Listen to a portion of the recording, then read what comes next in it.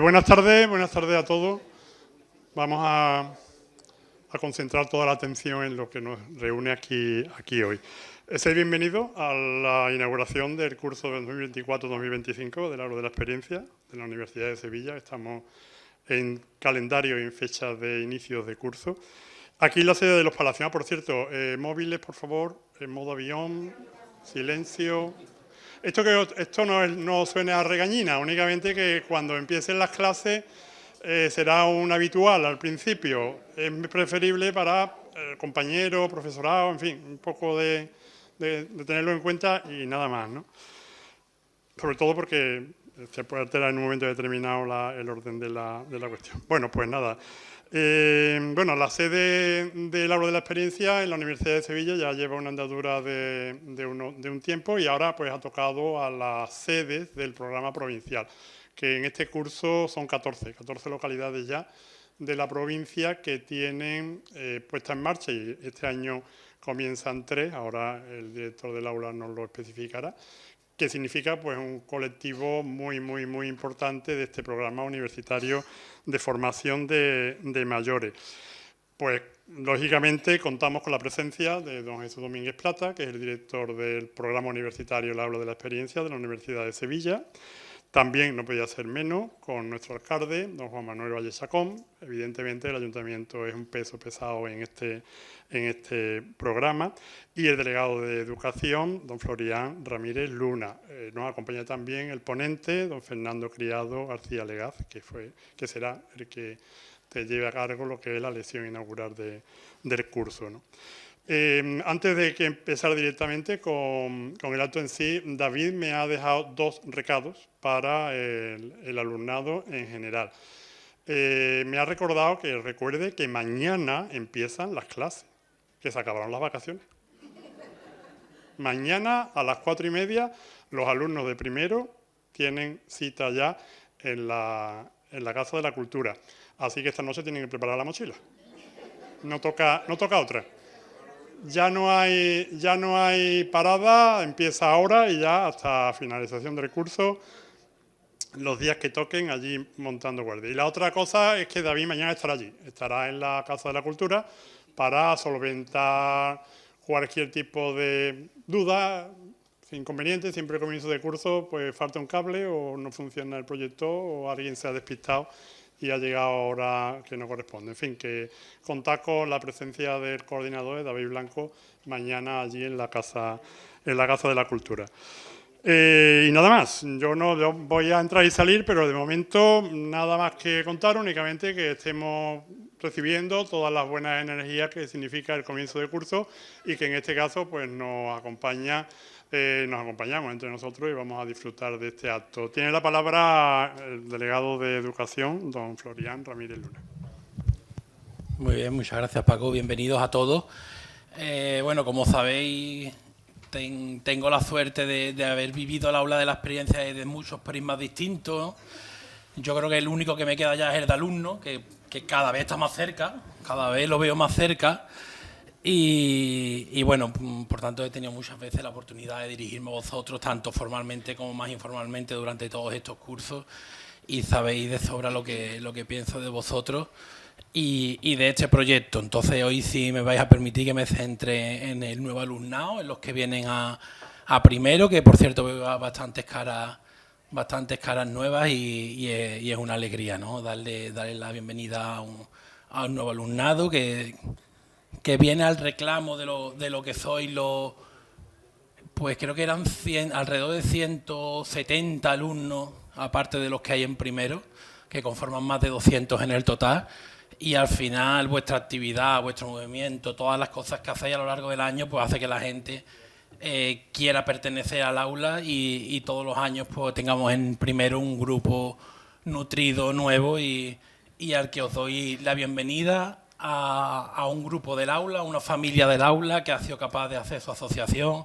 de tener actividades, varios talleres de educación emocional, de francés, de teatro, de radio, de un montón de cosas y que es atrayente y a una familia del aula donde han sido capaces de salir alumnos que hacen sus relatos y participan en nuestro certamen de relatos que hacemos anualmente, que han obtenido premios en los certámenes de pintura, que han hecho sus cortos, que se han animado a escribir sus libros y en que, en definitiva, en que esta herramienta que es el aula les ha servido para proyectar lo que ellos tenían dentro y para echar esas inquietudes hacia afuera y que podamos nosotros disfrutar también de ellas. Con lo cual, aquí tenéis un ejemplo en el resto de cursos, nos tenéis a nosotros, a David, a Paco, al resto de profesorado y a mí para lo que os haga falta y nada, bienvenidos y que os vaya muy bien con nosotros.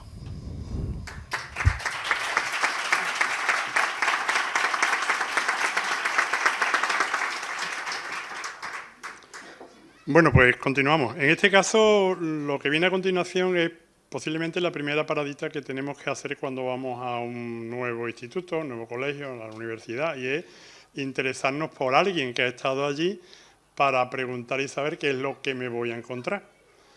Para eso, nada mejor que contar con la voz y la experiencia y las vivencias que una alumna del año pasado, este año ya en segundo, pues va a contar a los alumnos nuevos, a todos en general, pero a los alumnos nuevos los peligros que se van a encontrar cuando a partir de mañana pues se muevan por la Casa de la Cultura. En este caso, Isabel García López Moral tiene la palabra para ilustrar esta parte que yo os he comentado.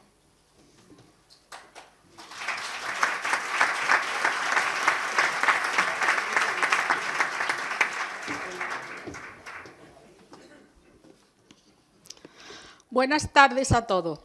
Me voy a presentar. Soy Isabel López Moral, alumna de segundo. En primer lugar, quiero dar las gracias a la Delegación de Educación de nuestro Ayuntamiento y a la Universidad de Sevilla por haber consolidado este proyecto tan maravilloso como es el Aula de la Experiencia y que a tantas personas nos está ayudando. Os voy a contar un poquito... ¿Me se ha olvidado las gafas? Perdón. Ay, madre mía. Os voy a contar un poquito mi experiencia en el aula. Yo nunca pensé de asistir. En aquel tiempo yo estaba en el momento más triste y doloroso de mi vida. Fue mi hija Reyes la que se informó y me dijo: mamá, no me vayas a decir que no, tú tienes que probar. Entonces me lo pensé y me dije, mis hijas y toda mi familia se merece un poco de esfuerzo por mi parte, pues con mi actitud yo solo conseguía hacerlo sufrir. Llegó el día de asistir a clase. Mis primeras clases yo tenía una sensación de vergüenza y miedo, pero gracias a todos mis compañeros, hoy le doy las gracias por el cariño que me dieron. Siempre recordaré...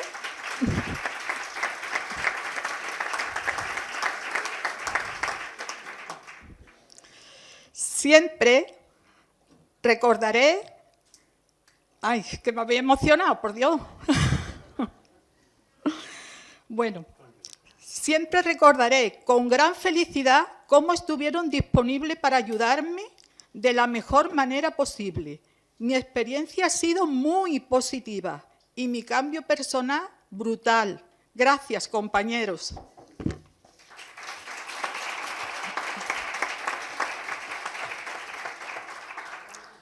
Ahora toca darle la bienvenida a los nuevos alumnos.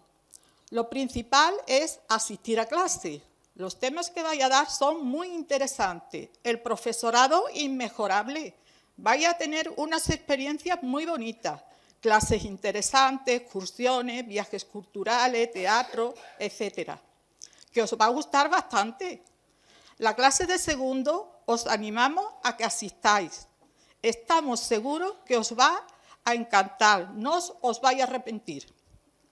Bueno, y cómo no, felicitar a nuestra delegada, que no sé esa mujer de dónde sacar tiempo. Si tienes un problema, te contesta a la primera.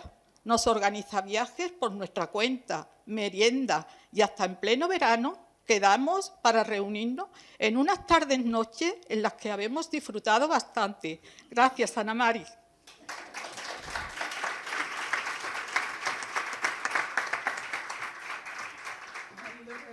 Bien, gracias Isabel.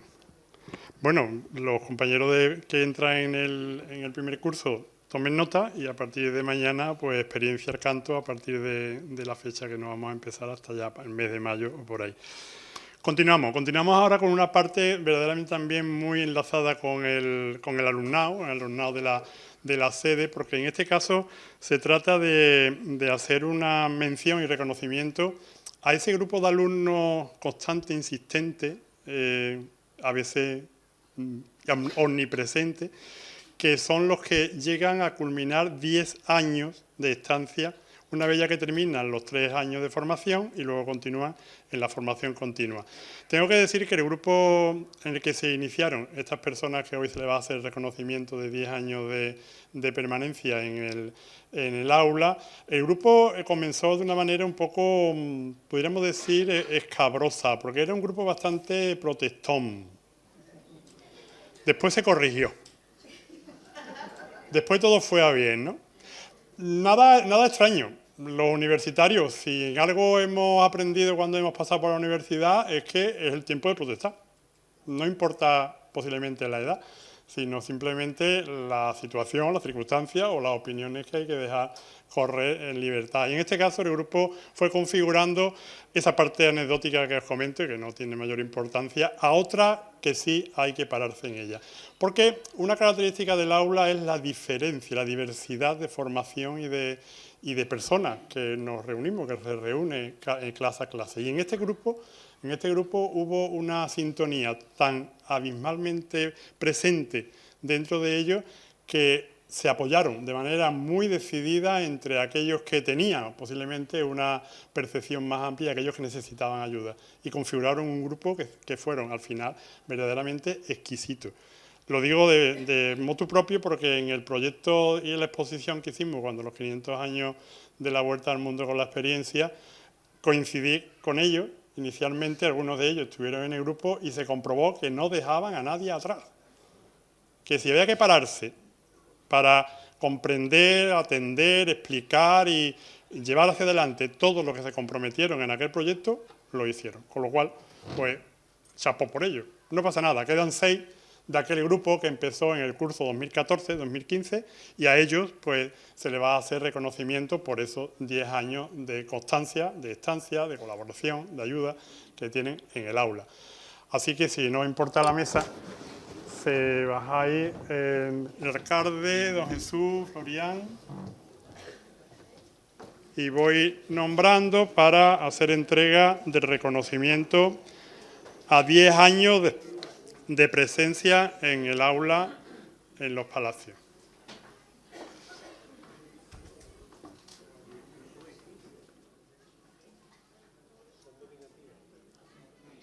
Sí, están nominados. De todas maneras, si se confundí, después se lo cambien entre ellos. No hay problema. Pues nada, son 6 alumnos, que en este caso pues están por orden alfabético, y Andrade Moguer Marisol, pues es la primera que sigue.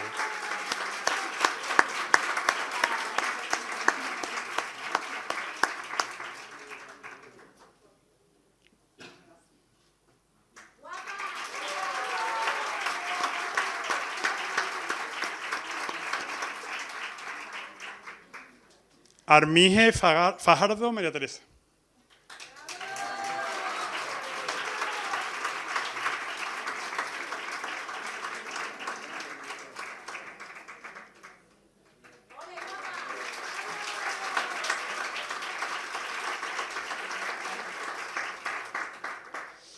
Viene a continuación, por orden alfabético, Baez García Ana María, pero está en situación mucho mejor que nosotros, porque está de viaje. Por lo cual, se le guarda su reconocimiento y ya se le entrega en su momento. Escalera Villarín Manuel.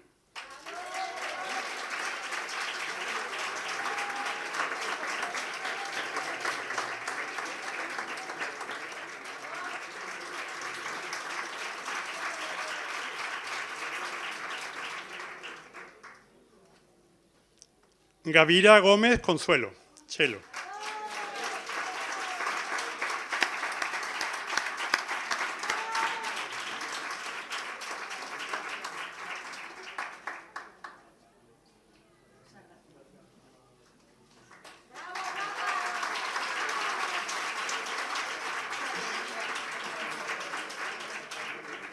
Y Gómez Muñoz José Miguel.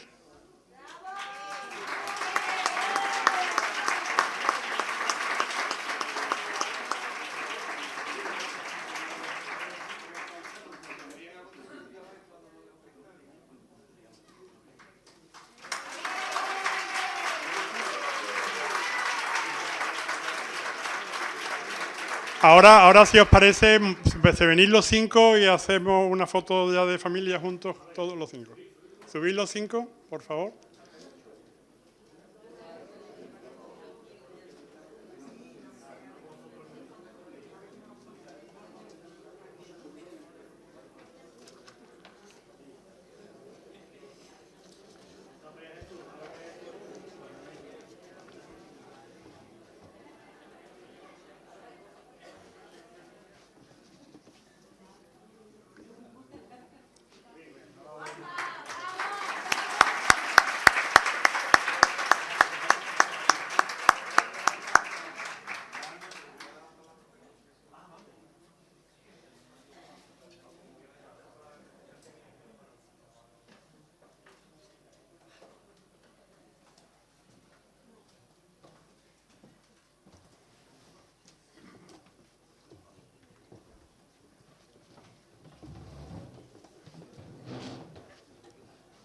Bien, esto que acaba de ocurrir, los alumnos que entran este año, saben, tenéis que estar hasta el 2034.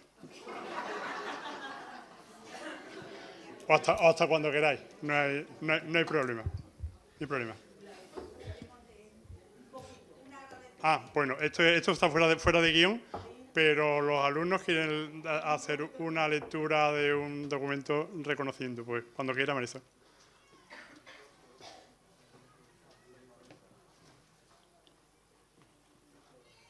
Por aquí. Es un reconocimiento. Sí, sin problema. Tocaba. Buenas tardes. Buenas tardes. Voy a ser súper breve.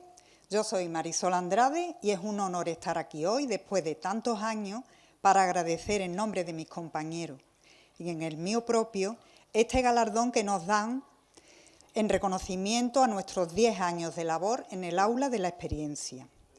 Es el valor a la constancia y el amor por la cultura de todo nuestro grupo, que como veis ha quedado muy reducido. Tere Armige, Ana María Báez, Chelo Gavira, Manuel Escalera y Miguel Gómez. Llevamos una década en un viaje enriquecedor, llenos de aprendizaje y momentos inolvidables. Unos dentro del aula en clases y talleres y otros a nivel personal, pero siempre impulsado por nuestro grupo, como recitar en el Día de las Letras, participar activamente en una exposición maravillosa sobre el descubrimiento, hacer un podcast en la radio sobre historia, escribir un libro con nuestras experiencias en un viaje soñado e incluso recorrer los colegios de nuestro pueblo con una pequeñita obra de teatro que nos ha proporcionado muchísimas satisfacciones. Todas estas actividades están impulsadas por nuestros excelentes profesores y nuestro incansable coordinador, David Blanco. Nos ha abierto una puerta a otro mundo del que ya no queremos salir. Seguimos trabajando con pasión y compromiso mientras el cuerpo aguante, porque nos da vida, ilusión y felicidad pertenecer al aula de la experiencia. Gracias.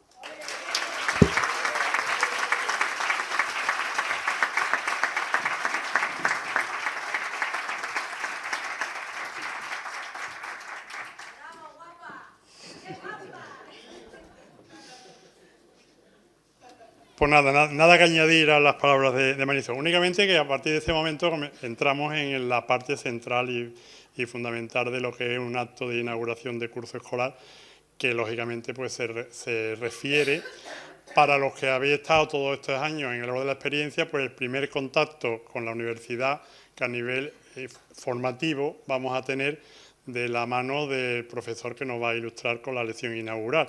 Y para los alumnos nuevos, pues su primera clase del aula de la experiencia en la Universidad de Sevilla. Con lo cual, pues nos podemos perfectamente entusiasmar con lo que viene a continuación, pero antes de que yo le diga unas palabras sobre nuestro profesor invitado, don Jesús, de la experiencia, tiene que contar un par de cosas. Con la venia, querido alcalde, querido Juan Manuel, querido concejal Florian, nuestro querido profesor Fernando Criado García de Legaz, que estimada teniente de alcalde Irene García Barragán, delegada de Hábitat Urbano, estimados miembros de la corporación municipal, alumnos y alumnas del aula de la experiencia de la sede de los Palacios, bienvenidos a un nuevo curso académico. Especialmente me parece muy afectuoso este guiño tan especial que hacéis tanto a los veteranos como a los que iniciáis esta trayectoria, ¿no? Esta loca aventura, ¿no? Y apasionante al mundo del conocimiento, porque eso es la universidad, ¿no? El mundo del conocimiento, ya lo decía Horacio, sapere aude, atrévete a aprender, ¿no? Que el camino te hará libre, ¿no? Se lo decía Horacio a un amigo, a Lilio, que era un jurista, yo que vengo del mundo del derecho, y lo sabe bien nuestro alcalde, que fui profesor suyo de la facultad. Se lo decía a Lillo y le decía que el que da el primer paso, y se lo digo a Isabel, ¿no? Que ha dado ese testimonio de vida de cómo ha encontrado una salida a esa situación en la que ella se encontraba. Le decía Horacio a Lilio, dice, que el que da el primer paso tiene medio camino hecho. Es decir, la valentía, me ha reflejado tus palabras, la valentía de iniciar un camino, ¿no? Que ya lo demás viene rodado, ¿no? Y que te hayas encontrado, como otros muchos se han encontrado, porque no se está 10 años por casualidad, pues con muchos afectos, y que en esa loca aventura del conocimiento, que es el aula de la experiencia, en una sede como la de los Palacios, que lo comentaba con nuestro alcalde, que siendo una de las sedes más potentes, porque casi rozaba los 200 alumnos cuando llegó el año 19-20, que estaba llegando a un pico de asistencia, este año hemos sobrepasado esa cifra, ¿no? Hemos alcanzado 218 alumnos matriculados, ¿no? Y bueno, pues la verdad que pues se convierte en una sede que además tenéis que tener también en cuenta que lo ha dicho Paco Román, ¿no? Ya son 14, este año tenemos 3 nuevas sedes que comienzan esa aventura también del aula de la experiencia, y las sedes que tenéis esta relevancia pues convertís en referentes, claro, porque el profesorado que ha pasado por aquí, la satisfacción de los alumnos, pues hace que, con envidia sana, desde luego, pues otros coordinadores, otros David Blanco, coordinadores y coordinadoras de estas sedes, pues se fijen, y entre ellos hay a veces una especie de, ¿verdad, David?, de opa hostil, porque quitan profesores, tráeme y los profesores, porque esto es una universidad pública, pues tenemos una serie de incompatibilidades y no podríamos estar todo el tiempo que nos gustaría estar con el aula. Decía Fernando Criado en la puerta que a él le entusiasma el entusiasmo con el que venía, y él lo he capturado yo de clase, ha salido de clase a las 6:15 para venir para aquí, y dice que vaya la diferencia entre los alumnos de la facultad de grado, sobre todo por la motivación, ¿no? Os veía llegar con unas caras de satisfacción, la inmensa mayoría con ganas ya de empezar. Si en una facultad decimos mañana, hoy el acto inaugural, mañana comienzan las clases, pondrían caras de decepción, y vosotros habéis puesto una cara de alegría de que ya empiezan, ya estáis deseando que sean las 4:30 de la tarde de mañana. Bueno, pues yo en principio quiero, bueno, pues eso, saludar especialmente a aquellos que nos conozco, porque bueno, me honro en que yo no sé si me mereceré una de esas tan chulas que esto, pero desde el principio de Aula de Experiencia he dado clase en el Aula de Experiencia, y sabe David que mi corazoncito está presente siempre en el aula. El tiempo que he tenido que compaginarlo con dirección del aula, pues menos tiempo de presencia, pero siempre he venido a dar clase al aula de la experiencia. Y bueno, parece que han pasado mucho tiempo, porque nos vimos al final en mayo y clausuramos, y que yo ya me estaba viendo, pues a vosotros se hace muy largo, pero nosotros el trabajo no termina, ¿no? Yo aquí parece que vengo al acto solemne, que se agradece y nos da un subidón, porque es mucho el trabajo. No penséis que esto se acaba y os vais de vacaciones, que el terminar un curso, cerrar un curso, liquidar un curso y a la vez estar empezando a confeccionar un programa académico que además lo hace cada vez más complejo, porque el hecho de que nos vayáis pues supone que hay que renovar contenido, entonces los contenidos hay que innovarlos y hay que traerlos, ¿no? Por eso yo quería hoy hacer un guiño especial y traeros una materia como lección inaugural, porque es verdad que el formato de inauguración en los palacios siempre ha estado unida a la Feria del Libro, ¿verdad? Y a la Feria del Libro y a la lluvia, siempre que venía a la Feria del Libro llovía, cuando llovía. Bueno, habrá habido alguna incidencia, yo sigo muy de cerca en la prensa, ¿no?, las incidencias en las localidades que tiene sede el aula, y alguna incidencia sé que ha habido, pero bueno, echando de menos que siempre es un formato vinculado a la inauguración de la Feria del Libro, pues ya hace un par de años venimos haciendo la inauguración aquí en el Salón de Pleno, que es un poco pues el salón, ¿no?, el palacio de la palabra, ¿no?, donde los representantes que habéis votado pues ejercen el gobierno y hacen trasladar pues ese principio democrático. Por tanto, el salón más solemne, igual que el curso comienza en la universidad, en el Paraninfo, ¿no?, el lugar que reserva la universidad para sus actos académicos más solemnes. Y se empieza con una lección magistral, porque el protagonista de la lección, del acto inaugural, es el curso. Entonces comienza con una primera lección magistral. Cuando egresáis, el acto de egresado, de finalización del curso, los protagonistas sois vosotros. Entonces nos pasamos al teatro, al Centro Pedro Pérez Fernández, y es vuestra fiesta, y es el momento de las graduaciones. Lo principal sois los alumnos. Pero encontrar el significado de hoy lo central es la lección inaugural. Es verdad que hemos hecho vuestro reconocimiento y no estoy quitando valor, pero centrémonos sobre todo para los que sois nuevos, que estáis en la universidad, que esto no es otra actividad más que después de dar por ahí muchas vueltas, voy a probar esto, no, sino que habéis dado ese paso decidido de embarcaros en la aventura del conocimiento. Y en ese sentido, pues yo nada más que siento satisfacción, primero por ser un profesor más del aula y que circunstancialmente lo que yo pensé que iba a ser un periodo más corto, porque era un mandato del equipo de gobierno, pues se ha dilatado ya durante 8 años. No sé el tiempo que me quedará de director del aula, pero que mi oficio es ser profesor de Derecho Civil de la Universidad de Sevilla. Por tanto, mi lugar aquí no tiene más mérito que el de ponerle cara a un equipo intenso de trabajo intenso, de personas, un staff que coordina desde Sevilla a todos los coordinadores de las sedes del programa provincial. Para que os hagáis una idea, los que no conocíais el aula, esto no es la sede de los palacios, no, las sedes palacios se incardinan una trama de 14 sedes coordinadas de Sevilla, donde hay casi 1.500 alumnos más unos 1.100 de todas las sedes, ¿no? Lo cual hace que alcancemos una cifra de más de 2.500 alumnos, y tenemos un día de gozo al año que ya hemos recuperado después de la pandemia, que es el día del encuentro provincial. Cada sede ese día pues abre sus puertas y recibe a los alumnos de las otras sedes. Los Palacios lo fue, siendo yo además fue la segunda sede de mi mandato.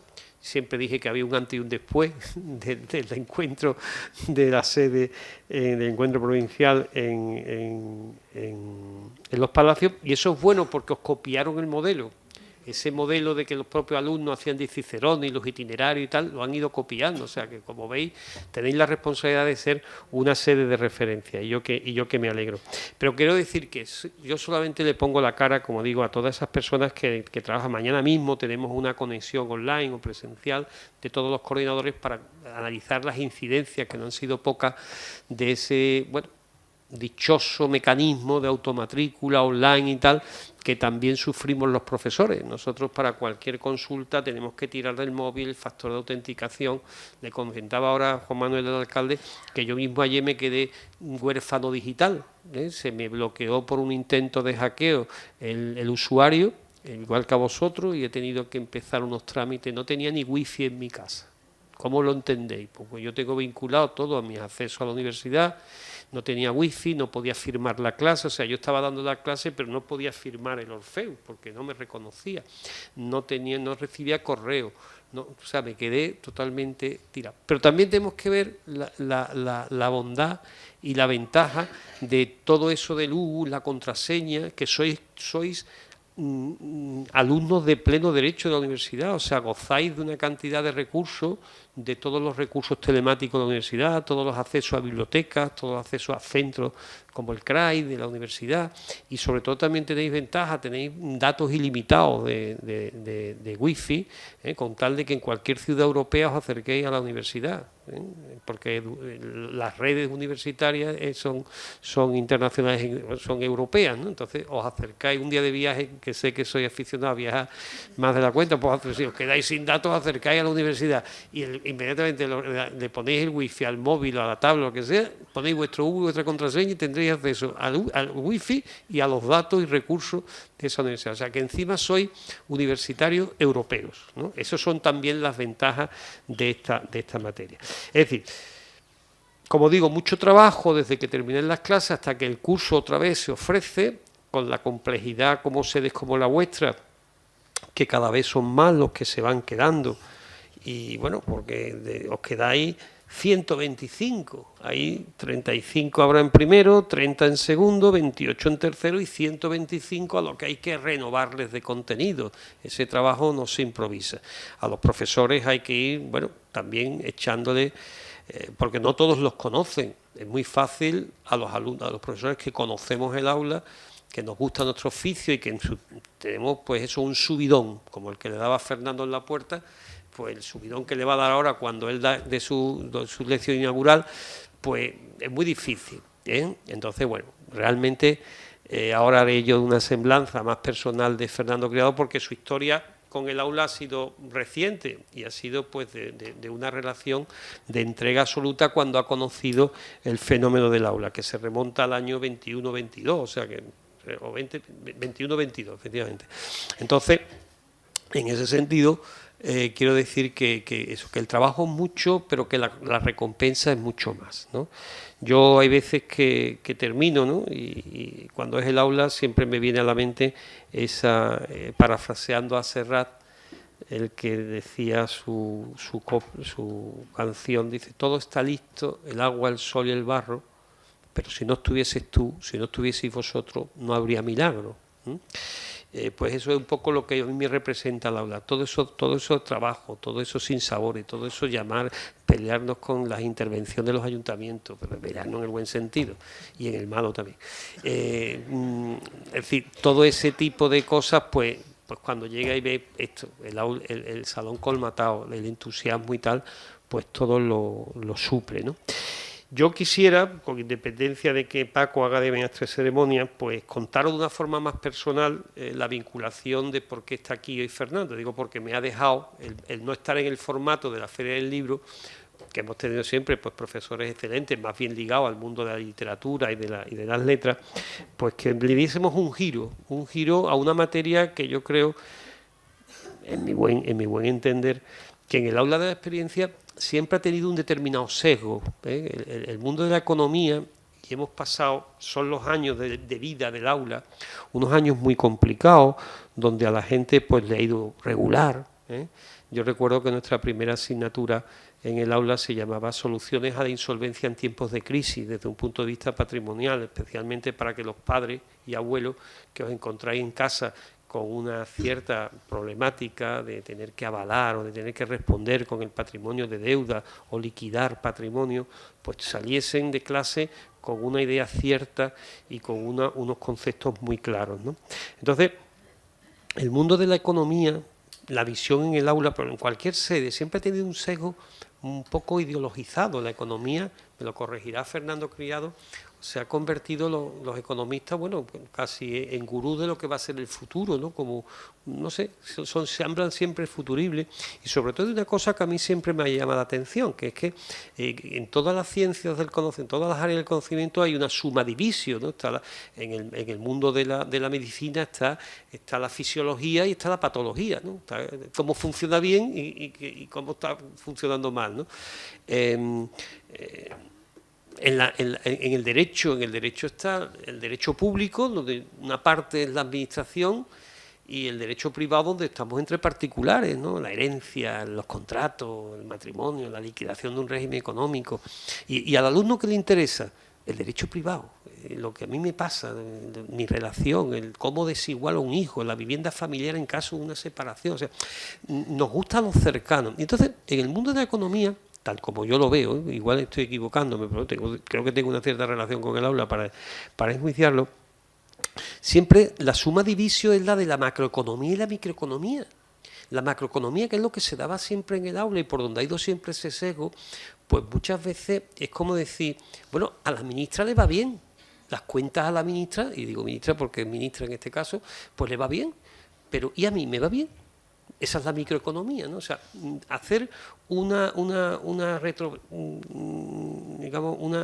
visión del elemento interno. Y esa fue la propuesta tan sencilla que yo le hice a Fernando Criado, pues allá por el año, antes de comenzar el curso 21-22, donde digo, oye, hazme un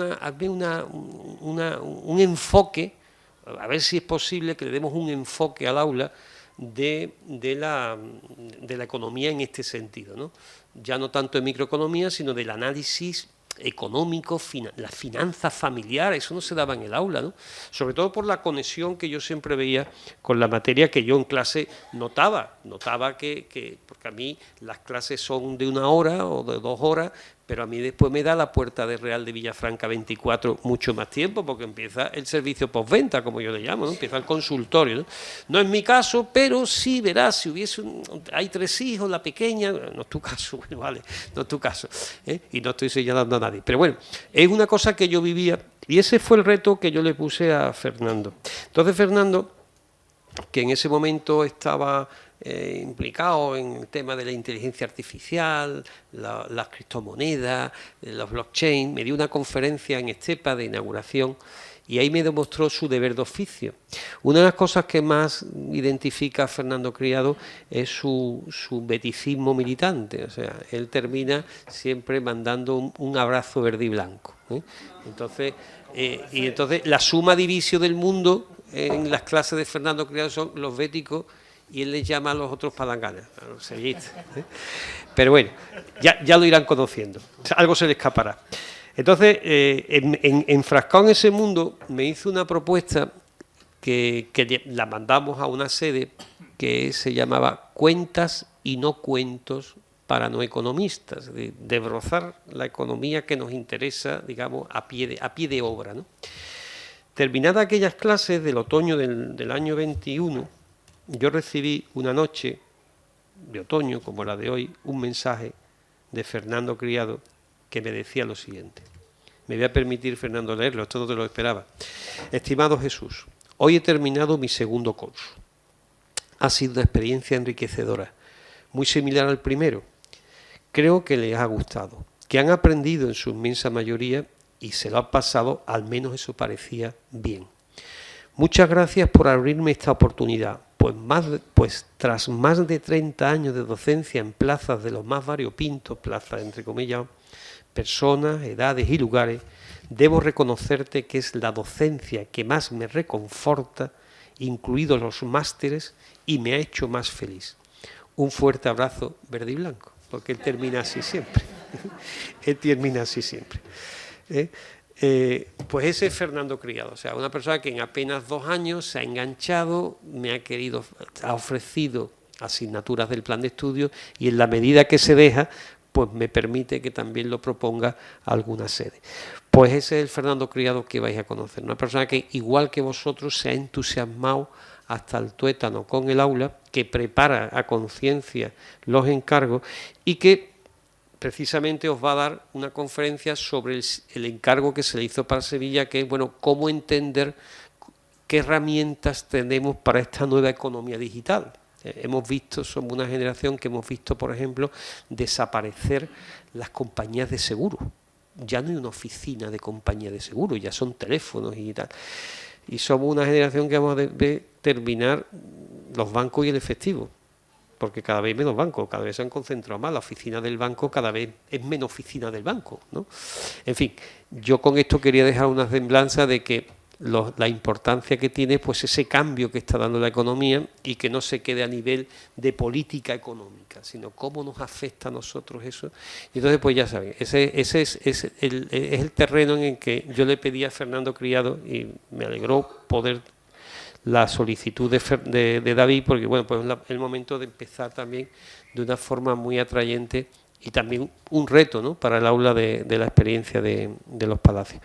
Nada más, darle las gracias a Fernando, a vosotros por vuestra atención, daros la enhorabuena por el curso que comienza, y ya Paco, me ponemos en manos de Paco Toledo, que nos dirá lo que tenemos que hacer.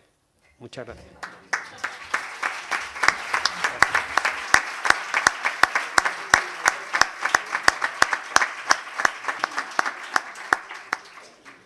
Bueno, pues toca que os vayáis. Tranquilo. Bien, ya con las palabras de don Jesús, claramente establecido el marco en el que vamos a movernos a partir de este momento. Únicamente un par de apuntes sobre el profesor que nos va a ilustrar a continuación. La ponencia, la lección inaugural, se llama Nueva herramienta para una economía digital, basada en todo lo que nos ha hablado don Jesús, y luego indicar pues algún matiz para que tengáis un poco la presencia de la profesionalidad de este profesor. Es doctor en Administración y Dirección de Empresas, profesor titular de la Universidad de Sevilla, en el área de Organización de Empresas, y autor y coautor de múltiples publicaciones. La lista que hay en el directorio de la universidad es extensísima, no toca. Si lo vamos a tener en las clases por aquí, pues será la ocasión de que los alumnos pues le pidan publicaciones que él hace, ¿no? Y nada, lo mejor es prepararnos para escuchar la lección inaugural. El protagonismo lo coge, como acaba de decir don Jesús, la lección inaugural de la universidad, que en este caso corre a cargo de don Fernando Criado García Legaz.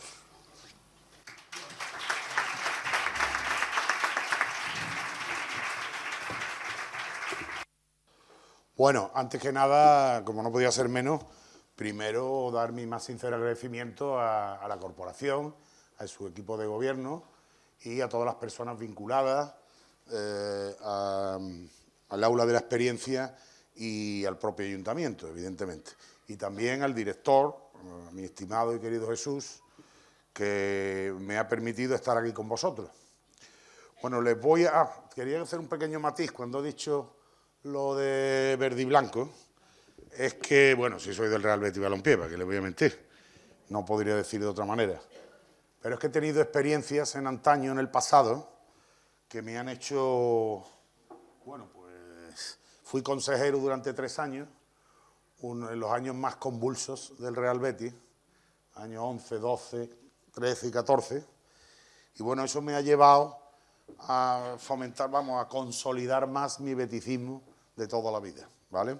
Aunque, como me decían antes, ¿quiere que le presente diciendo que es de Santiago de Compostela? Digo, bueno, dígalo si quiere, pero no se lo va a creer nadie. Pero sí, soy gallego, pero vamos, gallego. Mis padres a los 6 meses se vinieron para acá, así es que, tal y como podrán estar escuchando, evidentemente soy andaluz, soy sevillano, y lo dicho, y soy de Real Betis Balompié. Ya está, fuera bromas, fuera bromas. Ese es un comodín que utilizo en mis clases, lo del beticismo, porque luego hago algunas bromas. Me gusta que las clases sean entretenidas, y en ese sentido el fútbol me da mucho juego. Sé que hay gente que no le va mucho, pero a mí sí me da mucho juego. Bueno, sin más dilación, por no alargar mucho, le he puesto ahí la conferencia, lleva por título Nuevas herramientas de la economía digital, y la he estructurado en esos 4 apartados. Voy a empezar con una pequeña introducción para acercaros al momento en el que nos encontramos. Luego bajaré un poco a de dónde venimos, dónde estamos y hacia dónde parece ser que vamos, en todo esto, en principio, del mundo digital, y luego, por supuesto, las consecuencias que tiene en la economía digital y, por supuesto, en la sociedad digital. Es decir, estamos todos ya inmersos en una sociedad digital. Luego hablaré de economía digital, utilizaré dos conceptos de varios autores. Existen muchísimos más, pero evidentemente los que a mí me parecían como más clarificadores, pues se los he traído aquí. Hablaremos también cuáles son los componentes, los 4 elementos básicos que se mueven en esto de la economía digital, para finalmente centrarme en lo principal, en lo más interesante, creo yo, de la conferencia, que serían las principales herramientas que tenemos hoy en día en la economía digital, y que muchas de ellas ustedes las utilizan y probablemente no saben ni siquiera que están en el trasfondo de lo que están utilizando. Luego ya cuando les cuente algunos ejemplos, bueno, para empezar, todo el mundo utiliza Google, ¿no? Bueno, pues Google en sí mismo es una inteligencia artificial. O sea, para que vayáis haciendo una idea de que estamos acostumbrados ya mucho tiempo a hacer cosas y el trasfondo que hay son herramientas digitales. Bueno, pues sin más dilación. Ahí va. Bueno, como sabéis, y todos somos conscientes, estamos en un profundo proceso de transformación económica que se caracteriza por distintos elementos. Quizás los dos más relevantes, o a mi humilde entender, los dos más relevantes en la actualidad es que estamos en una transformación verde, por un lado, vinculada a la sostenibilidad, y otra, que es la parte digital, ¿no? Este profundo proceso de transformación pues, nos ha llevado a todos, incluso a administraciones públicas, por supuesto ayuntamientos, universidades públicas, pero a nosotros mismos también, a un cambio de comportamiento. No somos muchas veces conscientes que, y como ahora después le comentaré, hemos cambiado incluso en la forma de relacionarnos. Lo que pasa es que ya la hemos hecho tan en nuestro día a día que no somos conscientes. Esta revolución, y me voy a dejar ya el campo verde, porque yo venía aquí, como decía el otro, a hablar de mi libro, que era el tema digital, me van a permitir que el campo de la sostenibilidad lo deje a un lado. Y luego haré algún matiz también, porque quiero que sepan que esta revolución digital también tiene su impacto medioambiental. Y desgraciadamente algunas tecnologías en sus desarrollos actuales pues tienen un elevado impacto negativo en la sostenibilidad, ¿vale? Bien, esta revolución digital, como tenéis ahí, nos ha llevado a nuevos modelos de negocio. ¿Quién no iba a hablar de estas startups que empiezan con chavales jóvenes facturando 2 gordas y en 3 años empiezan a facturar 10 millones de euros, 15 millones de euros? Es decir, es una auténtica locura. Nuevas formas entre las relaciones, las partes. Ahora muchas relaciones que mantenemos con la administración pública, incluso con empresas, pues son todas por vía digital.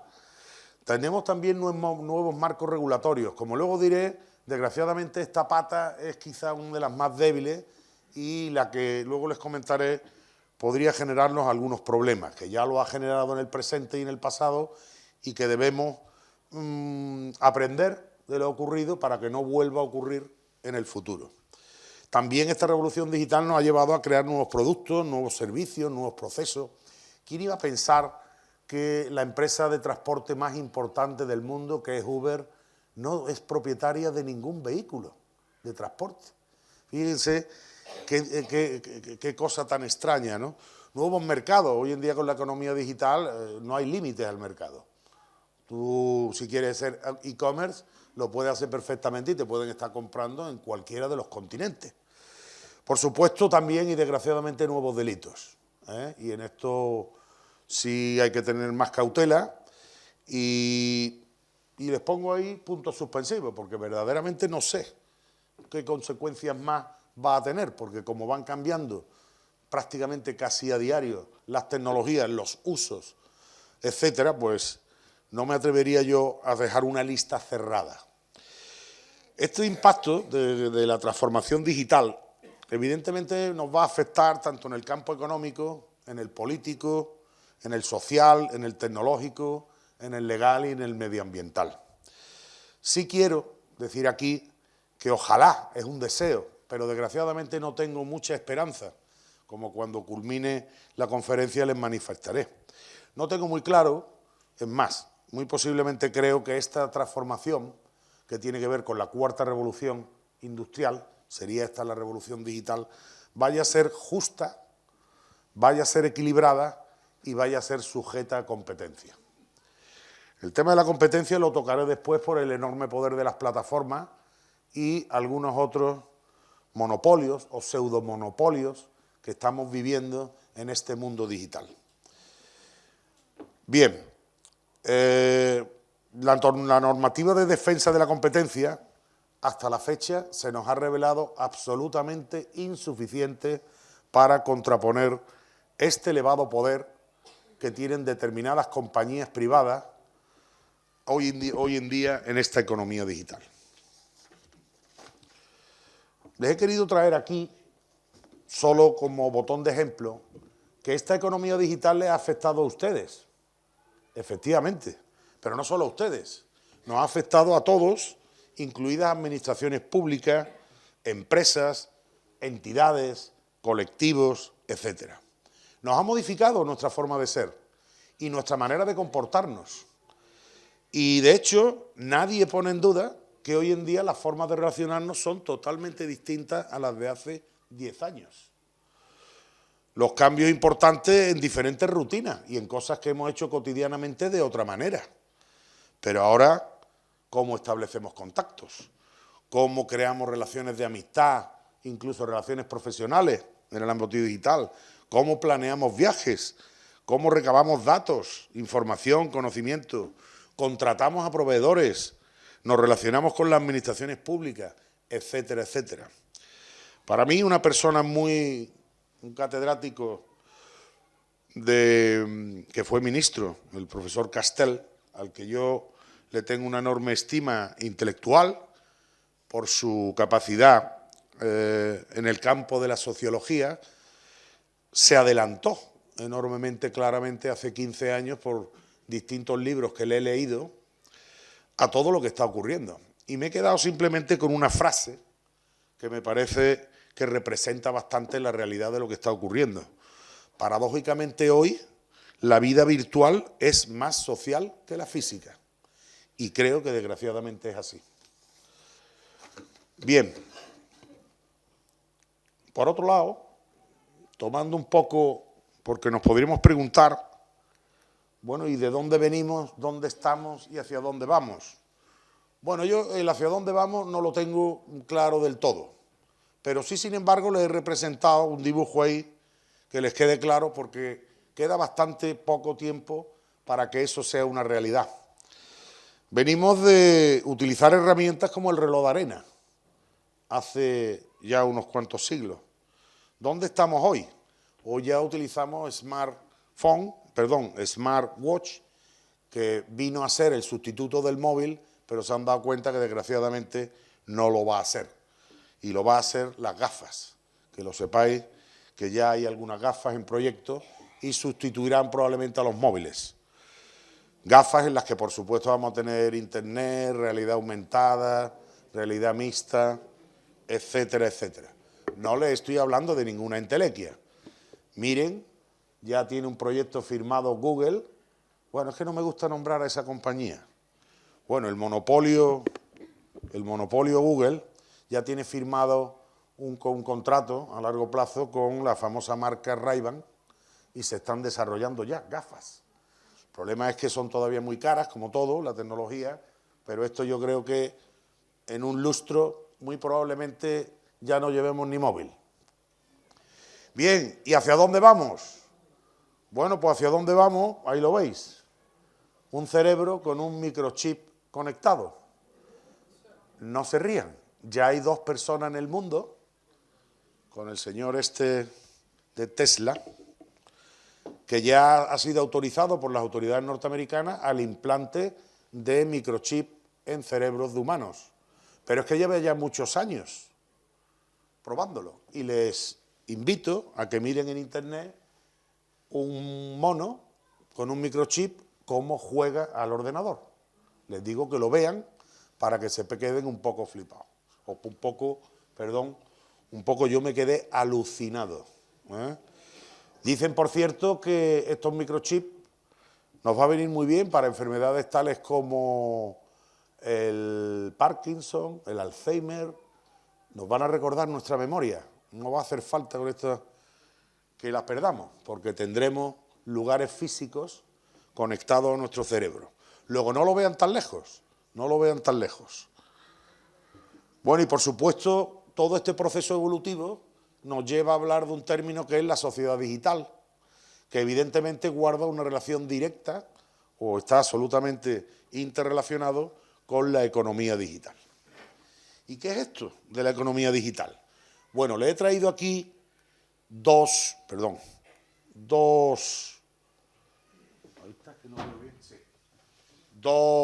definiciones de las múltiples que recoge la literatura científica. Por ejemplo, de una profesora de Oxford, a quien le tengo también una enorme admiración, es experta en ética de las tecnologías digitales y quizás es de las personas más activas en cuanto a la investigación de la ética, el impacto que tienen las nuevas tecnologías en la ética individual y en la moral colectiva. Esta señora define la economía digital, dice que se basa en la acumulación de datos de los usuarios en la red para poder analizar, predecir y modificar su comportamiento. Claramente está enfocando la definición hacia el uso o el mal uso que determinadas plataformas están haciendo de nuestros datos. ¿Ok? Fijaros cómo dice modificar el comportamiento. También les invito a que vean lo que ocurrió en las elecciones del Brexit, ¿ok?, con la manipulación de 80 millones de datos de Facebook, etcétera. También, por otro lado, un profesor y una profesora rusas, bueno, ella es ucraniana, curiosamente, fijaros, y él es ruso. Fijaros cómo están ahora los pobres. Pues cuando escribían juntos, ahora creo que ya no, la definieron la economía digital como se refiere a la actividad económica derivada de las conexiones en línea entre las distintas unidades económicas, además de dispositivos, datos y procesos. Otra definición recurrente es la de ser una economía basada en la tecnología digital y su base radica en las interconexiones de personas, empresas y máquinas desde Internet, la tecnología móvil y el Internet de las cosas. ¿Y cuáles son los principales componentes, los elementos que se mueven en la economía digital, los actores, podríamos decir? Pues básicamente son los 4 que les recojo en la transparencia. Por un lado está el propio negocio, los e-business, que es todo lo que tiene que ver con aplicaciones informáticas que nosotros tenemos en nuestros móviles y que diariamente las utilizamos para las cosas más peregrinas y otras más importantes para nosotros. Por supuesto, también están aquí dentro las plataformas online. Por otro lado tenemos el comercio electrónico, también denominado e-commerce, que en definitiva son los negocios a través de Internet. No son ni más ni menos que aquellas empresas que tienen espacios en la red global y la utilizan como un escaparate digital para vender sus productos o sus servicios.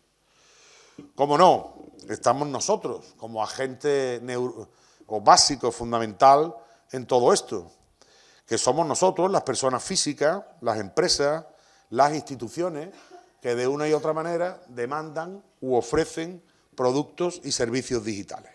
Y finalmente, un tercer y último componente, hablaremos de la infraestructura de negocio, sin las cuales, por supuesto, la economía digital no podría funcionar. Y son todas las empresas tecnológicas, las que se dedican a hardware, software, las compañías de telecomunicaciones, entre otras. Centrándome ya, y por no extenderme mucho más en los que le quería contar, porque me dijeron entre 30 y 40 minutos, espero no pasarme, tengo un problema y es que no he puesto el momento que he empezado. Entonces va a ser complicado que yo determine si termino a tiempo o no, pero no tengo ningún problema, que alguien me levante la mano, Fernando, te está pasando, termina ya. Y yo termino pronto, sin problema. Bueno, aquí quería deciros, os he recogido, creo que son 14 o 15, ¿vale? No son todas, no es una lista exhaustiva. Pero si ustedes me preguntaran, pues probablemente les diría que son las tecnologías que más uso están teniendo en este momento o que mayor pujanza están teniendo. Por un lado, unas de ellas en su aplicación al ámbito industrial y al ámbito empresarial, y por otro lado para nosotros, para las personas. Tecnologías que en ocasiones las tenemos y las desconocemos, que son tecnologías digitales. Antes de haceros un pequeño resumen de qué va cada una de ellas, comentaros que todo esto como no podía ser menos de las tecnologías digitales y la economía digital, todo esto no podría funcionar si no tenemos dispositivos, es decir, ordenadores, tablets, smartphones o cualquier otro de los dispositivos que existen, sensores, que pueden ser múltiples también, auditivos, de visión, etcétera, y por supuesto conexiones a red. Necesitamos estar interconectados para que todas estas tecnologías puedan funcionar. Les he recogido algunas que por supuesto ni las voy a contar, porque todas esas las conocen ustedes y ya son un poco anticuadas, pero que sepan que siguen siendo tecnologías digitales. Es decir, Internet en sí mismo es una tecnología digital, las redes sociales también, y por supuesto el comercio y el correo electrónico, ni qué decir tiene. Pues bien, voy a abordarles y trataré de darles algún ejemplo de cada una de ellas para que más o menos entiendan de qué van. Voy a empezar por arriba, por la izquierda, no porque sea la más importante, que de todas maneras sí puede considerarse hoy en día una de las más importantes. Todos ustedes utilizan el cloud computing, o lo que es lo mismo. Bueno, desgraciadamente toda esta rama científica de la economía digital, pues como tantas otras, los líderes mundiales son los norteamericanos y estamos llenos de anglicismos, ¿va? Pero bueno, ¿qué se le va a hacer? Esto es lo que nosotros entendemos como computación en la nube. Es que ustedes trabajan en la nube, porque todos ustedes tienen copias en la nube de sus contactos, sus fotos y su historia con Google. Pues eso es la computación en la nube, ni más ni menos. La pregunta sería, o espero que no se lo pregunten, pero que los servidores están en las nubes. No, hombre, no, ese es el nombre que se le ha dado. Evidentemente son servidores que están en la tierra, ¿ok? El problema es que no sabemos dónde están, y este es otro de los problemas éticos y legales que nos deberíamos plantear, porque yo tengo entendido que yo debería tener derecho a saber dónde están mis datos, ¿va? Bueno, al menos es lo que yo pienso. Una derivación, que no se lo he puesto aquí, del cloud computing o la computación en la nube, que es un poco más moderna, se llama computación al borde, ¿vale? O edge computing. También ustedes utilizan edge computing. ¿Por qué es esto? Esto es lo mismo que la computación en la nube, lo único que los servidores están más cercanos de los usuarios.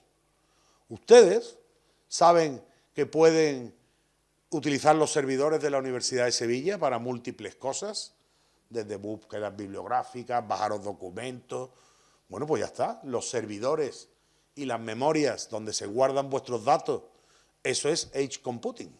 Es decir, son servidores que guardan datos, información y conocimiento y que están cercanos a los usuarios, que son ustedes. Piensen, por ejemplo, en grandes empresas en los que el edge computing les es una herramienta casi imprescindible. ¿Por qué? Porque controlas muchísimo mejor los datos. Por cierto que también decirle, se me había olvidado antes en el cloud computing, en la computación en la nube, que se empezó la computación en la nube simplemente como memorias para almacenar datos e información.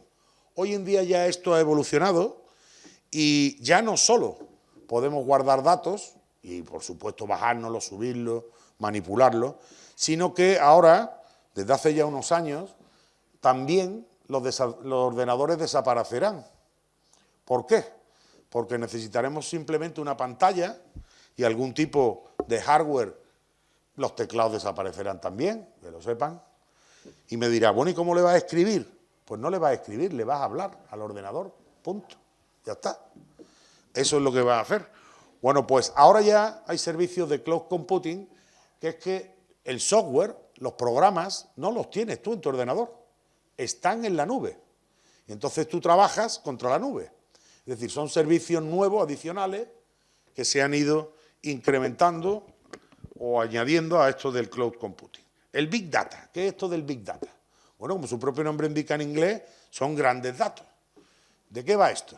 Pues esto es ni más ni menos que hoy en día podemos aprovechar una cantidad ingente de datos e información que tenemos en Internet, por ejemplo, o dentro de un ayuntamiento, la cantidad de datos históricos que tenemos, ¿vale?, de nuestros administrados, de nuestros presupuestos, de nuestras inversiones. Pues, vamos, que quiero decir que el Big Data no es solo para datos de Internet, que es para lo que más se utiliza, pero que se puede coger en una empresa que tú tengas histórico suficiente y operar con esto. ¿Y qué es el Big Data? Se trata de...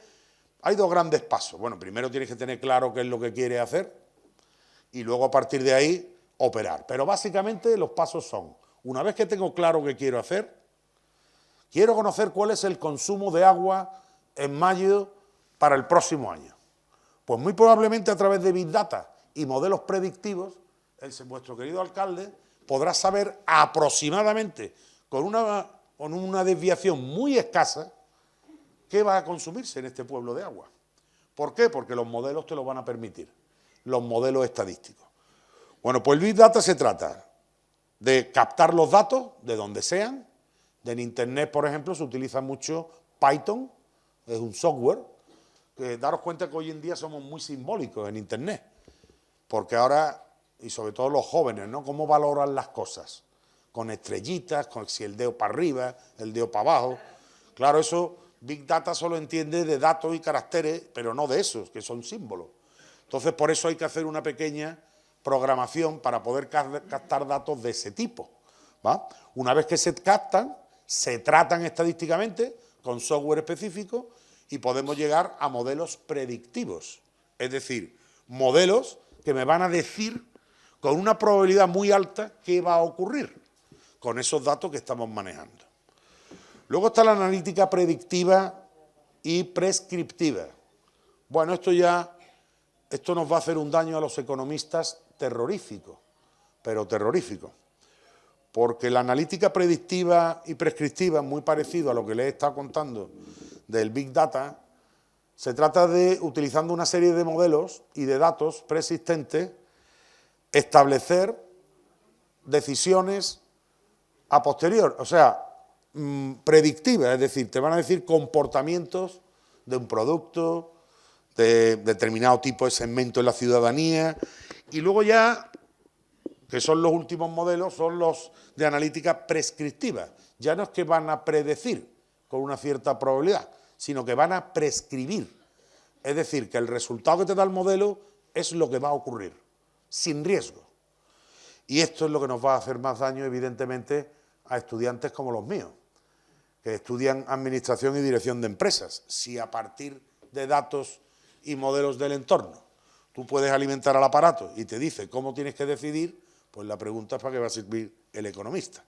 Pero bueno, estas son algunas amenazas que sepáis que las tienen todas las profesiones, unas con más calado y otras con menos, pero lo que hay que hacer es simplemente abordarlas y sobre todo, como le digo yo a mis alumnos, desgraciadamente nuestro plan de estudios no ha contemplado, porque es un plan de estudio de 2010, no contemplaba nada de esto.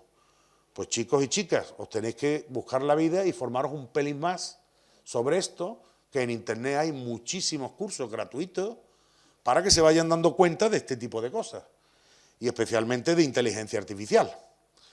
Y ya entro a contar, la inteligencia artificial nos sirve, lo que tratan es de emular al razonamiento humano a través de algoritmos. Los algoritmos son pequeños programitas, ¿va? Y una vez que tú la entrenas, la inteligencia artificial, es decir, le das datos e información para que vaya conociendo y vaya cumpliendo esos algoritmos, incluso ya existen un tipo de inteligencia artificial que se le denomina Machine Learning, y es que la propia inteligencia artificial aprende de sí misma y crea nuevos algoritmos.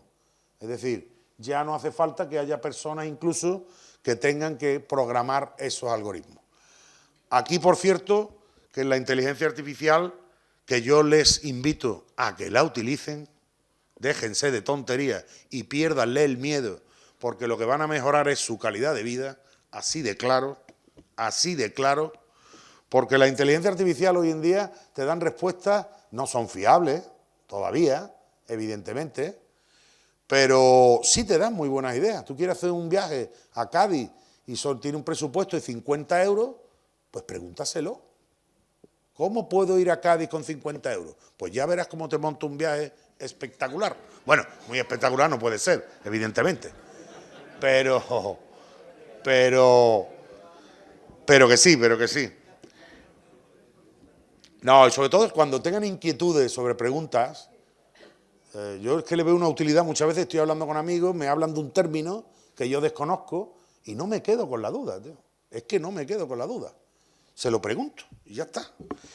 Hay que ver las fuentes, ¿ok?, utilizadas.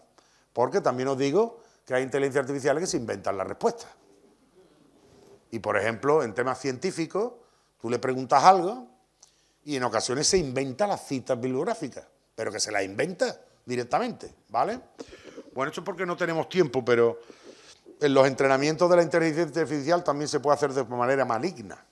Es decir, en vez de enseñarles bien lo que es la ciencia, pues se le puede enseñar mal. O, por ejemplo,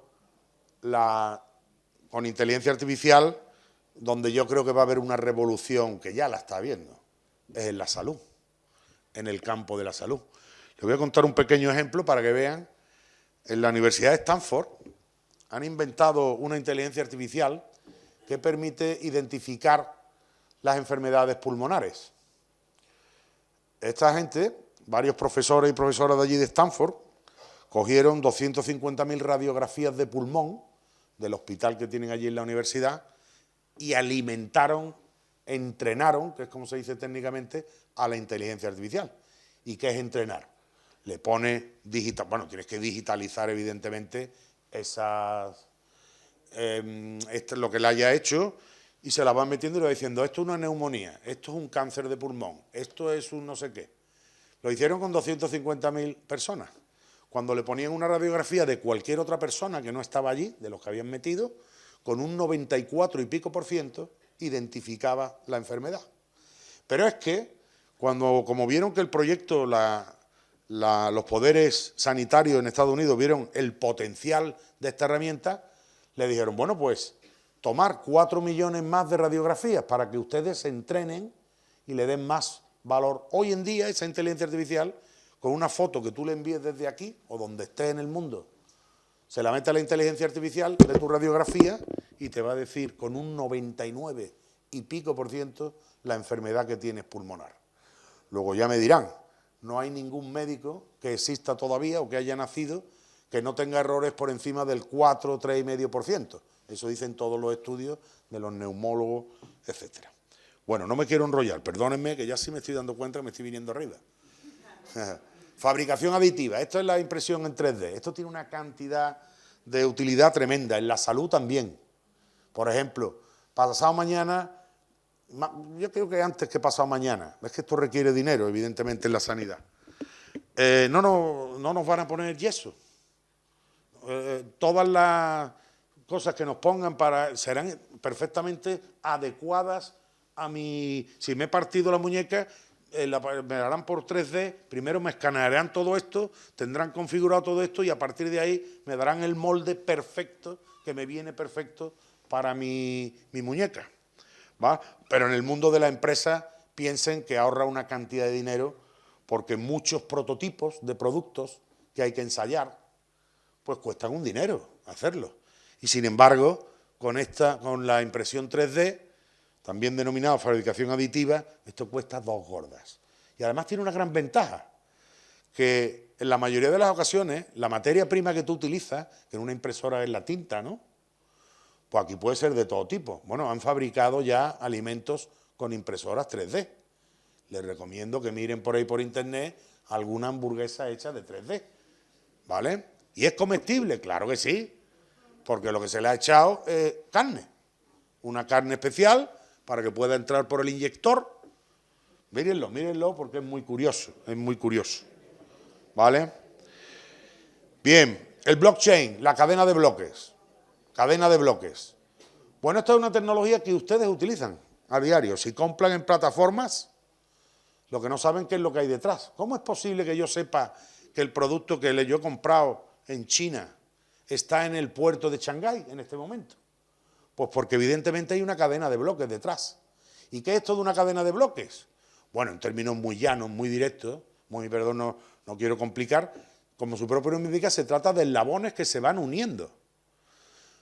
Por supuesto, requiere, como todas estas tecnologías, que estemos conectados a la red, pero piensen, usted es el primer elemento de la red, porque usted es quien da la orden de compra. Luego usted está como primer eslabón en la cadena de ese bloque. Usted le dice a la plataforma X, compro. Esa plataforma ya es el segundo eslabón.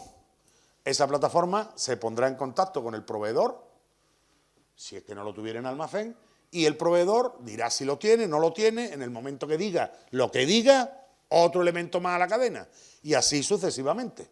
¿Qué pasa? Que cuando su producto llega al puerto de Shanghái, pues se le comunica por la APP.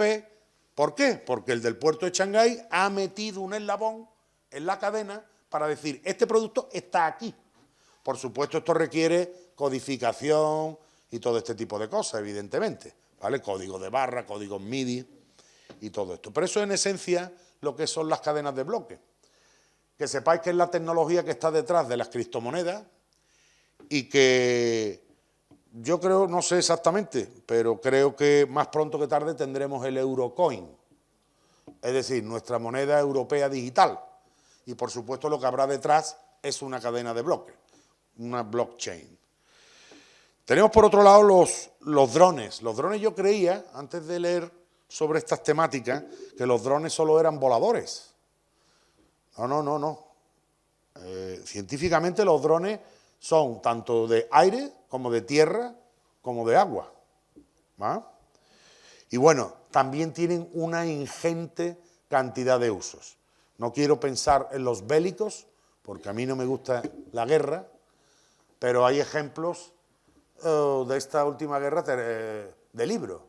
Es decir, con un dron de $100.000 se cargan barcos de cientos de millones de dólares. Para que vean ustedes las aplicaciones que tiene esto, pero yo no quiero esa. A mí me gusta mucho más para hacer salvamento. Por ejemplo, los drones son fantásticos para poder acceder a sitios donde no se puede acceder y que hay que investigar. Por ejemplo, desgraciadamente en esta tragedia, tú puedes meter pequeños drones con ruedas de estos que se ajustan a cualquier tipo de superficie y entran perfectamente para bichear por sótanos o lo que quisiere. Luego están los sistemas ciberfísicos. Bueno, estos son tecnologías sobre todo utilizadas en la industria y que sepáis, pues bueno, las típicas de estos son los detectores. Aquí, por ejemplo, en la industria, en el sector primario, en la industria agroalimentaria se utilizan mucho.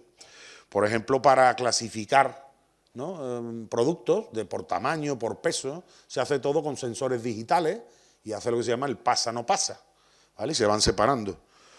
Bien, luego está la realidad virtual y la realidad aumentada. Bueno, la realidad virtual, como su propio nombre indica, es ver la realidad, pero a través de elementos virtuales. Es como si yo le hiciera a ustedes ahora mismo una foto, la trataría digitalmente, ¿va? Y si yo estuviera mirando, normalmente este tipo de tecnología, realidad virtual, realidad aumentada, realidad mixta y alguna otra más que ya se está preparando en el mercado, te requieren siempre disponer de unas gafas, ¿vale? Unas gafas que te permiten visualizar en 3D, ¿vale? Pero ya existen algunos dispositivos que para realidad virtual se pueden utilizar, tipo tablet. Pero, hombre, lo adecuado, evidentemente, es disponer de una gafa. Ahora mismo son carísimas, ¿va? Y, por supuesto, están monopolizadas por dos de los gigantes, que no voy a dar sus nombres, norteamericanos. Son los fabricantes, y algunas de estas gafas están costando $2.000.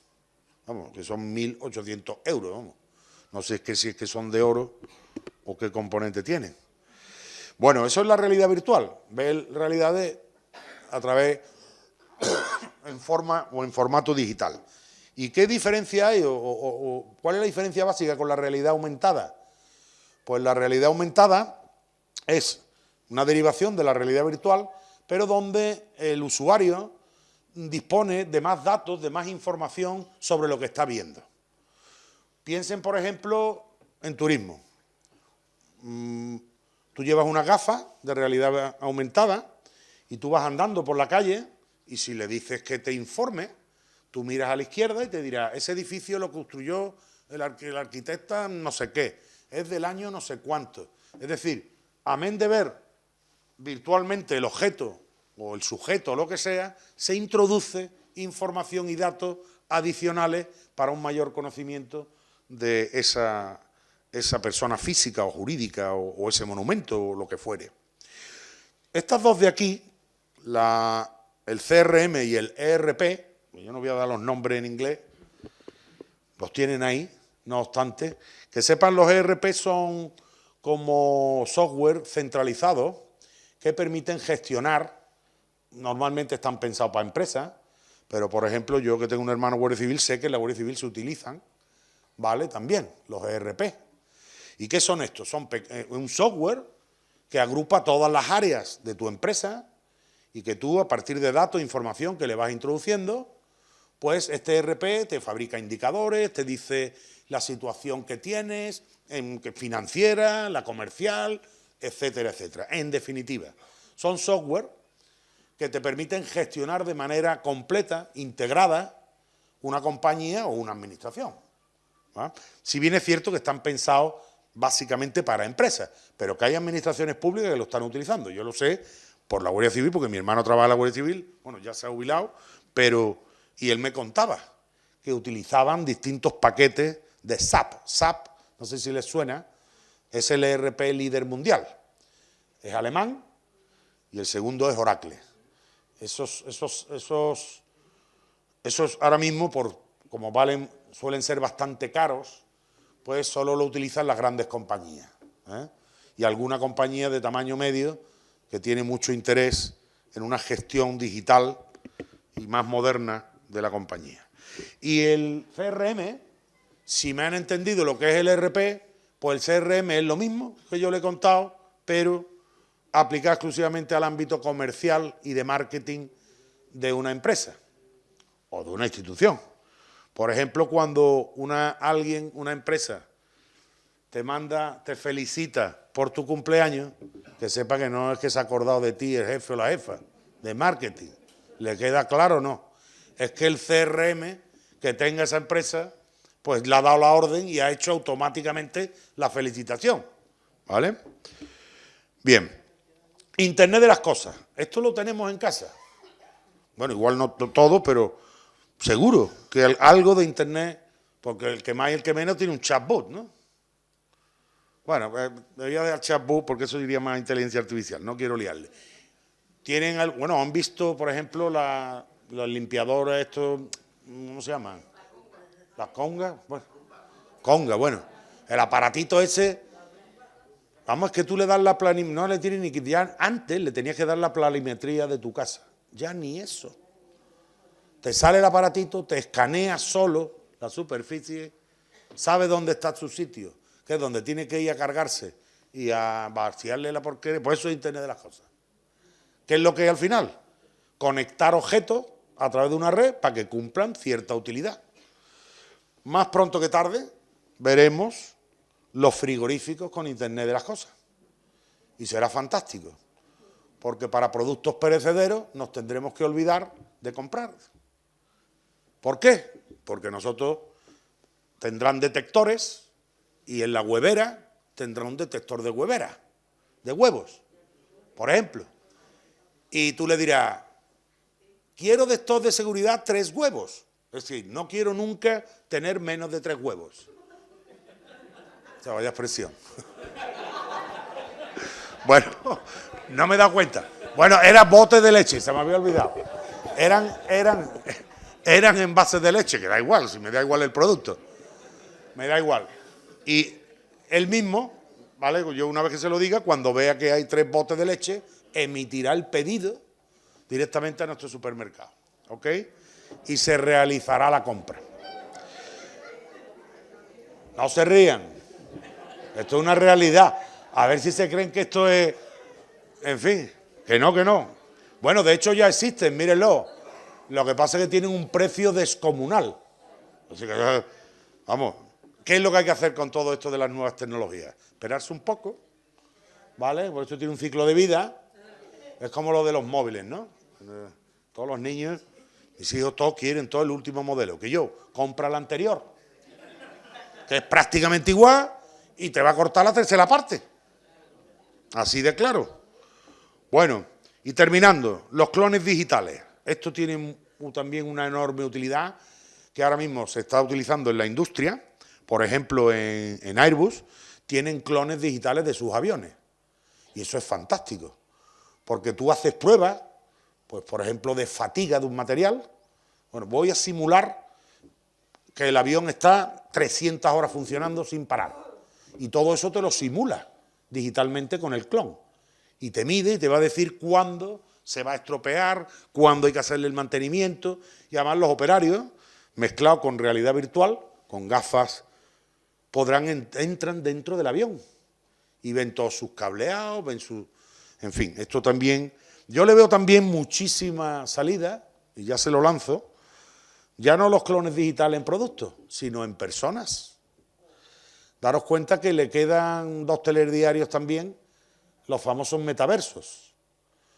Cuando entremos en los metaversos, que se han parado su revolución porque se ha derivado especialmente el dinero a la IA, a la inteligencia artificial, y se ha dejado de invertir bastante en los metaversos. Pero cuando estén funcionando, que yo les veo futuro, pues ya veremos. Porque en los metaversos, si tú quieres funcionar, quieres vivir en el metaverso, tendrás que llevar un avatar, tendrás que llevar algo. Hombre, yo me haría un clónico digital, que me escaneen entero, me recorten un poquito de cabeza, por cierto, que tengo unas hartas, y ya está. Esperamos que yo... Eso serían... Bueno, y finalmente, la robótica. Esto también está teniendo una expansión tremenda. Son aparatos que sustituyen a personas, especialmente en el mundo de la industria, y bueno, pues favorecen enormemente la eficiencia, la productividad, etcétera, ¿vale? Y en robótica se está avanzando también enormemente. Y bueno, ya sabéis que existen ya planteamientos sobre si tendrán que cotizar a la Seguridad Social o no. Sí, es que igual hay que plantear que tiene que ser así, no lo sé. Yo, como no sé de esas temáticas... Bueno, y ya por concluir, y no le robo más tiempo. Bueno, hoy son pocos quienes ponen en duda que estamos en una nueva revolución. Estamos claramente en la 4ª revolución, y una revolución que podríamos llamar la revolución digital. Esta revolución está basada en datos y en información, que son de los recursos que más valor tienen hoy en día. Y además nos ha venido impactando en el pasado y en el presente, pero es que yo creo que en el futuro nos va a impactar mucho más. Y no solo en nuestros ámbitos de la vida personal, sino por supuesto también en la vida profesional. Hay determinados campos donde ya los avances son importantísimos, sustantivos. Ya les he contado algunos ejemplos en salud, pero es que en ingeniería y en educación se están produciendo unos avances tremendos. Y en la investigación, por ejemplo, de microbiología y este tipo de ciencias, se van a producir enormes avances, según dicen todas las personas que investigan sobre esta materia. Son múltiples los factores, como las mejoras en la interconectividad. Por cierto, no sé si lo saben, pero España está entre los 3 países del mundo con mejor conectividad. No lo sé si lo sabían ustedes. Si nosotros nos podremos quejar de lo que tú quieras, pero de la infraestructura tecnológica desde luego no. Así lo dice el índice DESI último europeo, donde España nos ubica en el 4º país, mejor posicionado en cuanto a transformación digital. Y por supuesto queda claramente, ahí es un indicador que se forma de 5 componentes y uno de ellos es la conectividad. Y en conectividad estamos, pero vamos, mucho mejor que la inmensísima mayoría de países europeos. Bien, también además que sepáis, no es porque se vayan a producir mayores desarrollos de herramientas, sino que se están produciendo innovaciones muy rápidas en temas de microprocesadores, en la complementariedad tecnológica digital, es decir, que determinadas herramientas digitales se usan o se pueden usar con otras tecnologías digitales para que sean más productivas, más eficientes. Bien, por supuesto, todo esto estoy hablando hoy en día que lo utilizan personas y empresas, pero que sepáis que también lo utilizan administraciones públicas. Hacienda está utilizando inteligencia artificial para buscar patrones en vuestra renta, que lo sepan. Y hoy en día te cogen tu histórico de movimientos bancarios y te sacan un patrón, pero vamos, 0,01 segundo, ¿va? Y otro tipo de administraciones. Y finalmente, y desgraciadamente, cierro mi pequeña locución, que no tengo excesivas esperanzas, la verdad, no las tengo, a tenor de lo que está ocurriendo en la actualidad y el estado de las cosas. Y es que a medio y largo plazo, este proceso de transformación en el que estamos inmersos, sea sometido a competencia, es decir, esto no puede quedar en manos de 3, 4, 5, 10 compañías, que no, se aprovecharán, como ya lo han hecho. Y lo ha demostrado el que no existía legislación en estos 10 años y de cualquiera de ustedes, pues Google tiene pues no sé, de un niño decían, un chico de 14 años, cuando terminan 18, Google tiene 70 millones de entradas de ese individuo. Es decir, lo conoce mejor que su padre y que él mismo. Porque entradas son me gusta, es que le escribo a esta señora un comentario político y ella responde a otro y ya nos vinculan, nos asocian, nos personalizan. Me atrevería a decir, algunos de ellos nos manipulan. Pero bueno, y como decía, no tengo excesiva esperanza, desgraciadamente, en que haya competencia entre los grandes y, sobre todo, que este proceso de transformación sea justo y equilibrado. Es decir, que esté la justicia detrás, que sea algo ecuánime, que llegue a todos. Hoy en día se están produciendo asimetrías muy importantes. Países en subdesarrollo, curiosamente, son los que alimentan a la inteligencia artificial que utilizamos otros países. Hombre, por favor. Y, desgraciadamente, esta situación de desesperanza también la tuve, o yo no la tuve, pero lo ha dicho la historia, de que ocurrió algo parecido en revoluciones anteriores. Luego es posible que en esta ocurra lo mismo. Muchísimas gracias por su atención.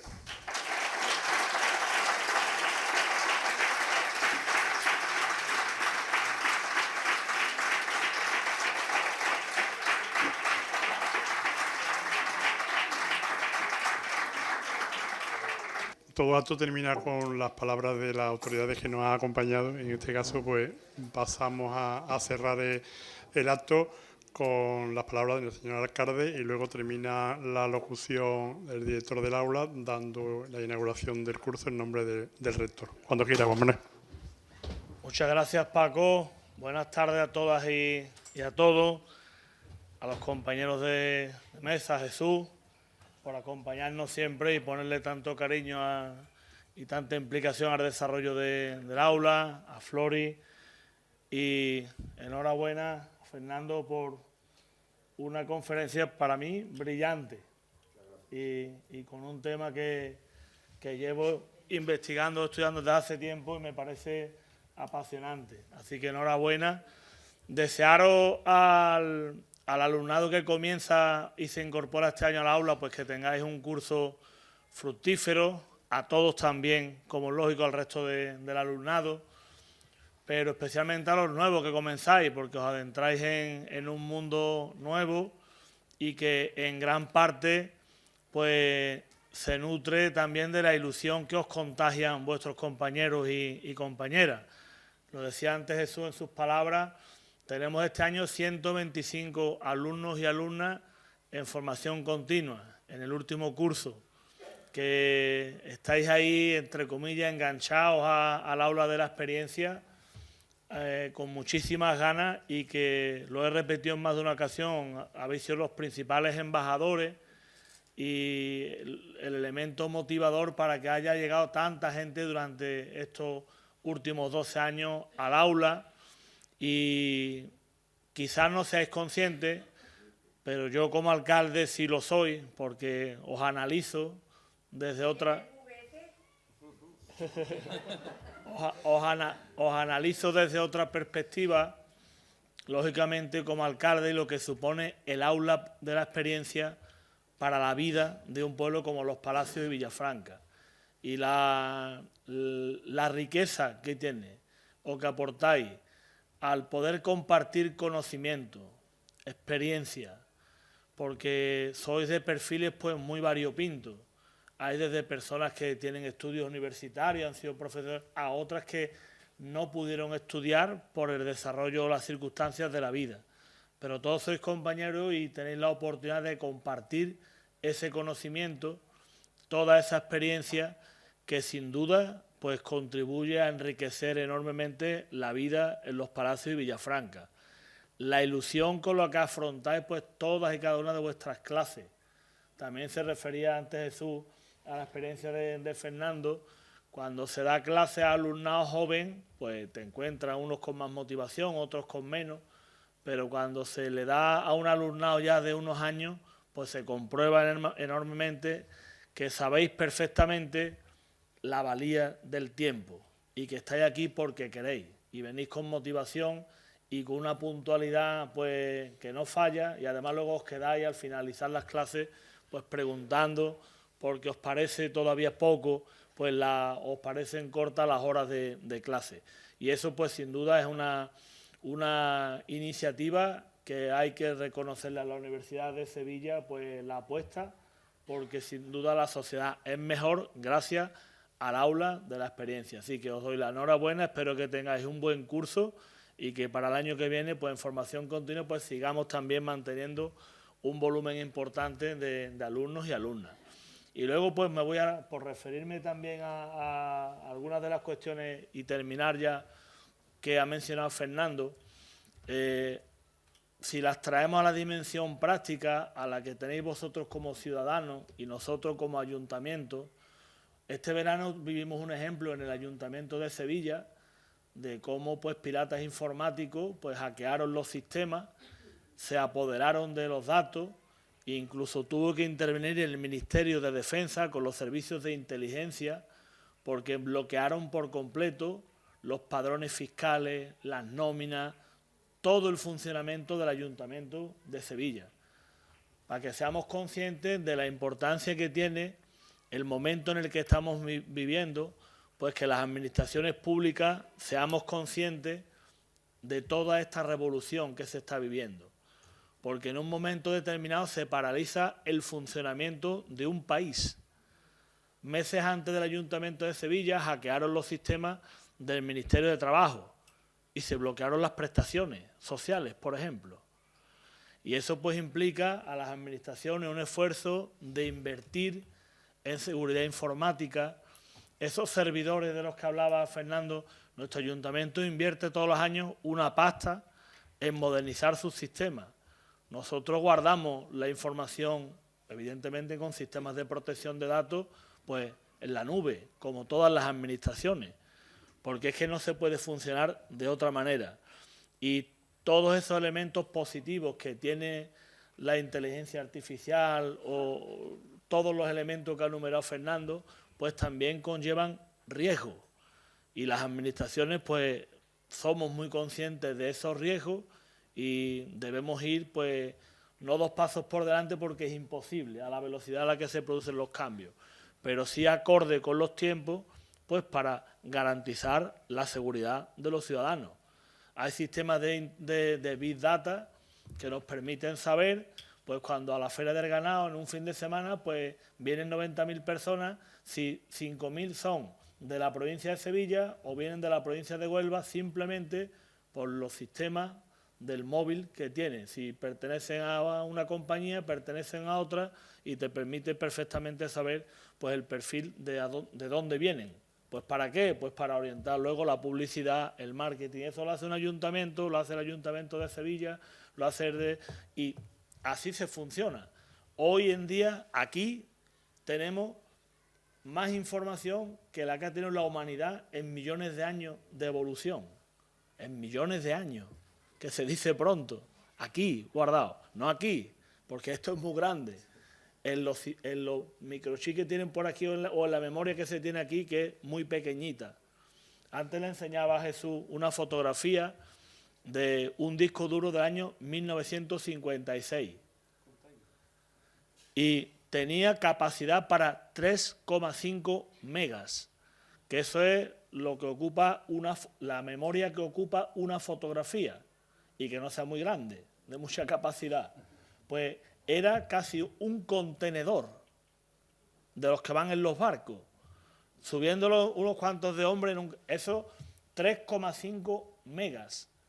No os podéis imaginar la capacidad que tiene aquí, cabrían pues miles y miles o millones de esos contenedores del año 56. Los cambios no deben asustarnos, pero a la sociedad sí debe motivarnos, obligarnos a estudiar, a conocerlo, en este caso enfrentarnos a esos riesgos, porque los cambios se van a seguir produciendo. Y además, cada vez son más grandes y en menos tiempo. Hace 24 años era un mundo cambiar de la peseta al euro. Fijaos qué insignificancia, ¿no? Pues hoy no os podéis imaginar lo que cambia un móvil del modelo 12 al 13 o del 14 al 15.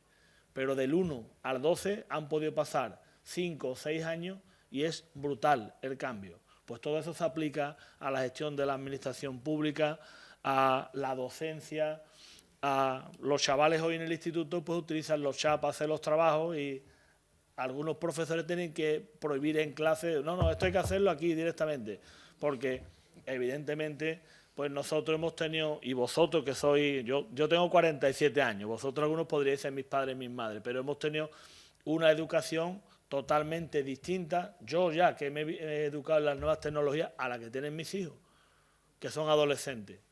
Y eso, pues por eso me ha parecido muy oportuna, muy brillante, porque ha sido muy clara la exposición de Fernando, y yo creo que a más de uno y a más de una, si no lo ha hecho ya, pues os ha despertado el interés en profundizar un poco y aprender bastante más de ese proceso en el que estamos inmersos en este momento como humanidad. Así que bueno, que tengáis un buen curso y buenas noches a todos y a todas.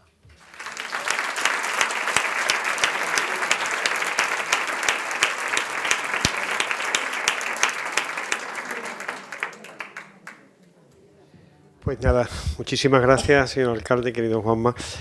Pues nada, en nombre del señor rector magnífico de la Universidad de Sevilla, me cumple declarar inaugurado el curso académico 2024-2025 en la sede de los Palacios del Aula de Experiencia. Enhorabuena a todos.